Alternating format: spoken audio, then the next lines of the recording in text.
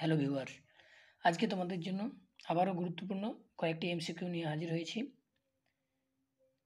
দেখো, 28 নম্বর প্রশ্ন, কোথায় ইয়াজু বা ইয়াজু নদী দেখা যায়? তো এটা দেখা যায় আমেরিকাতে। তারপরের প্রশ্ন, সাধারণত নদীর কোন পর্যায়ে জলপ্রপাত গঠিত হয়?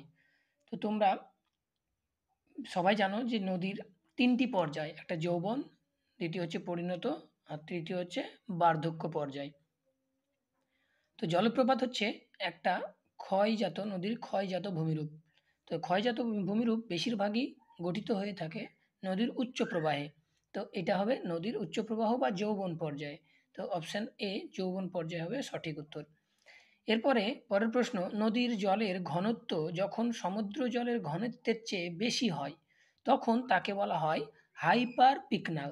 তো দেখো, এই যে নদীর জলের প্রবাহ, এই ঘনত্ব বা এই যে হাইপার পিকনাল, এর আরও দুটো নাম আছে। হাইপার পিকনাল একটা একটা হচ্ছে হাইপোপিকনাল আর একটা হচ্ছে হোমোপিকনাল। তো এই দুটো কি সেই বিষয়ে একটু বলে দিই। তো দেখো, এটা বলেছে যে নদীর জলের ঘনত্ব যখন সমুদ্র জলের ঘনত্বের চেয়ে বেশি হয় তখন সেটাকে বলা হয় কি হাইপার পিকনাল। আর হাইপোপিকনাল কি, যখন সমুদ্র জলের ঘনত্ব নদীর জলের ঘনত্বের চেয়ে কম হয় তখন সেটাকে বলা হয় কি হাইপোপিকনাল। আর হোমোপিকনাল কি, যখন নদীর জল এবং সমুদ্র জল যে স্থানে মিশিত হয়, মানে দুটোর জলের ঘনত্ব প্রায় সমান থাকে, সেটাকে বলা হয় হোমোপিকনাল। এটুকুই।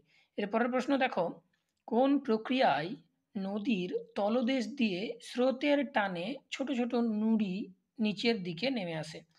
তো এটা হচ্ছে আকর্ষণ প্রক্রিয়া। তো এগুলো দেখো, এগুলো হচ্ছে সব নদীর বহন প্রক্রিয়া, ভাসমান, লম্ফদান, এগুলো কি নদীর এক একটা ভাসমান প্রক্রিয়া, মানে বহন প্রক্রিয়ার এক একটা পর্যায়। এরপর রয়েছে 32 নম্বর, দেখো, কোনটি চুক্তির ফলে সৃষ্ট ভূমিরূপ? চুক্তির ফলে সৃষ্ট ভূমিরূপ। তো এখানে ভূমিরূপ বলছি, জলপ্রপাত। চুক্তির ফলে সৃষ্ট জলপ্রপাত কোনটি?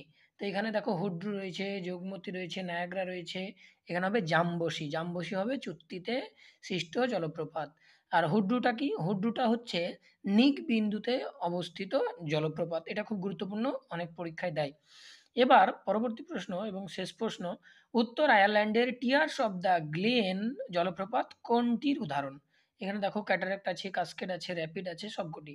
তো এখানে হবে কাসকেড। কাসকেড হচ্ছে একটি টিয়ার্স অফ দ্য গ্লেন জলপ্রপাতের উদাহরণ আয়ারল্যান্ডের। এই টিয়ার্স অফ দ্য গ্লেন